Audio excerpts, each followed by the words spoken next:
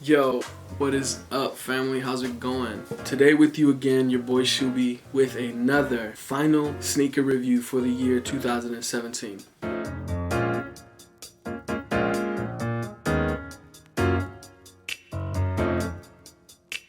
What better way to finish this year than to review my favorite silhouette, the ADIDAS NMD R1 PK. Adidas kind of threw some of us off with this. I was reading about it, and basically what Adidas did, they teamed up with Taiwan's store Invincible and Atlanta's store, I think it's pronounced Maniere or Maniere. I'm not trying to say the word manure, you know, the stuff you put in lawns and gardens and stuff like that. Whatever way you call it, let me know how you guys pronounce it, whatever. Adidas teamed up with these two stores so they can both cooperate on designing this silhouette. It is an NMD, and we all recognize NMDs from the R1s. We all know NMDs from 2015, from 2016, the original colorways that we've come to love, to enjoy. Here's the sneaker, you guys see it. It looks like a regular black upper, white blocks, boost midsole with the black outsole. Now you're probably thinking why I chose this sneaker to end my 2017 sneaker hunting adventure. Let's call it an adventure because it's been fun.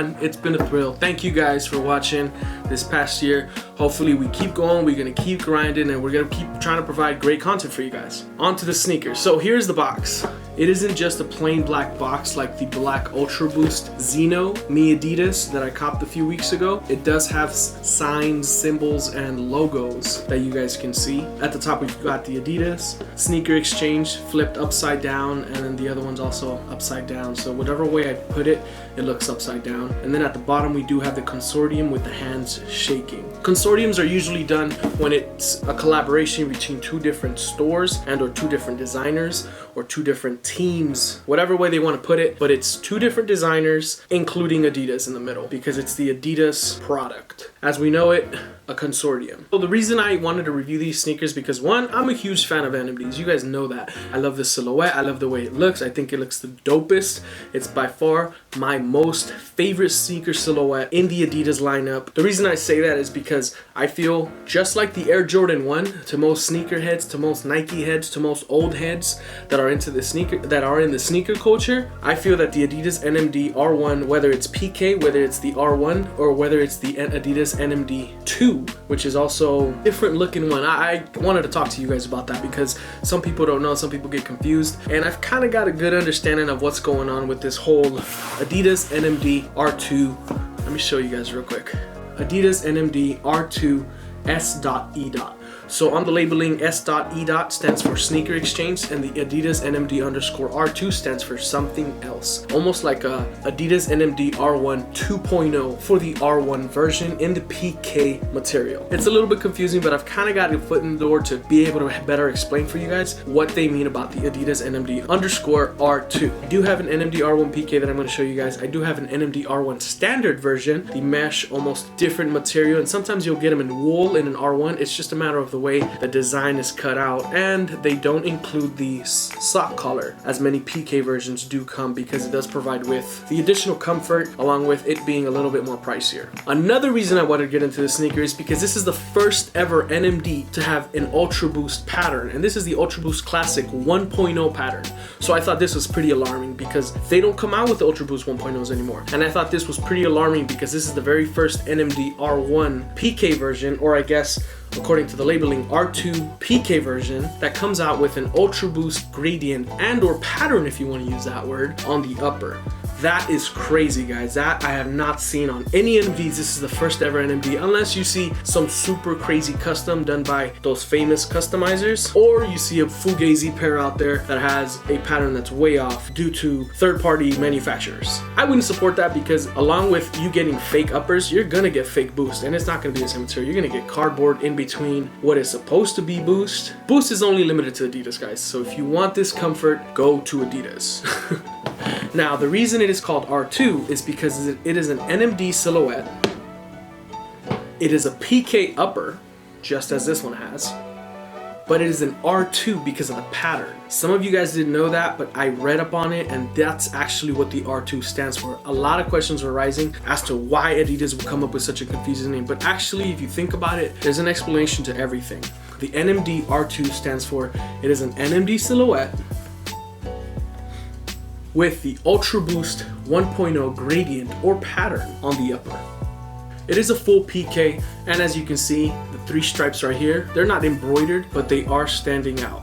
So in the NMD R2 PK version, we do have a full Primeknit upper, and we do have the sock collar that's almost 2 different shades. It's a black and a slightly darker gray along the lines, which I don't really care about. You guys know I'm a stickler about too many different colors, but honestly, you can hide that with your pants. We do have leather hints along the lace holes and leather tongue tabs on the top with both store logos. That one says Maniere on the tongue tab, and this one says Invincible, or the logo for Invincible, which is usually the INV. We do have white blocks on the outer side and the inner side of the sneaker. We have a leather heel cup and a pull tab. Here's what's crazy about this sneaker too. I didn't think Adidas would go ahead and do this, but I guess maybe just to keep the sneaker in uniform or in unison type of color, to keep it all black, they didn't label this with black font or even with white font. As you guys know, Adidas would usually label the brand with the 3 stripes on the pull tab. Many people who know that Adidas has this, I guess, signature way of using their pull tabs, or sometimes they'll use the collaborations or even the participants of the consortium, they'll put them along the pull tab. And like I mentioned, the outsole is rubber and the midsole is boost. Now to the front of the upper, as you guys can see, it looks a little bit different because of perforations that the 1.0 gradient is embedded onto the upper. I'll show you guys real quick. And the 3 stripes along the sides of the sneaker is actually extra PK, you know, protruding from the sneaker. So I thought that was really sick. It makes the sneaker look very, very subtle, guys. They do come with 2 different pairs of laces. One of them is black with polka dots, which is the one that comes with it, and I prefer that one. It just goes along with the sock collar. I like it.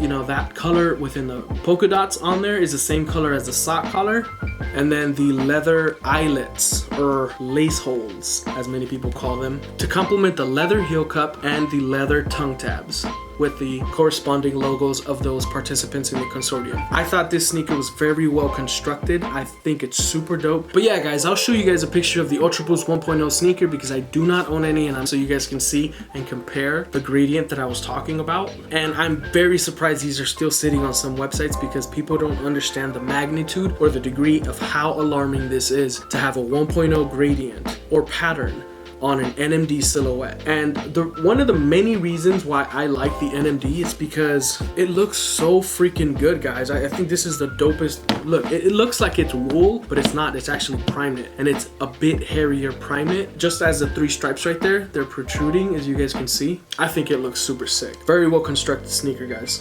Thank you guys for a great year. Thank you guys for everybody who supported me. I can't thank you guys enough. You guys are the best. I appreciate you guys so much. And honestly, if it wasn't for you guys, I wouldn't be where I'm at now. Let me know what you guys think about the sneaker. If you guys didn't know, let me know in the comments below what you thought about the R2. Is it a better explanation? Did you hear something else? Did you read upon something else that I'm not aware about? But I try to give you guys the best information when it comes to the NMD R1 PK because it is my favorite silhouette, and of course it would look very bad on my part if it being my favorite sneaker, I can't provide to you full information and or details behind the fact of the construction of this sneaker. I really hope you guys like this sneaker. Don't sleep on these guys. Think about it. Ultraboost 1.0s are very expensive. So what do you think the price market's going to be on an NMD that has the Ultraboost 1.0 gradient? Unless Adidas is taking a turn and using 1.0 gradients on NMDs in the future, but Adidas didn't tell me that. So don't quote me on that. Happy New Year, and I'll see you next year, guys. Peace.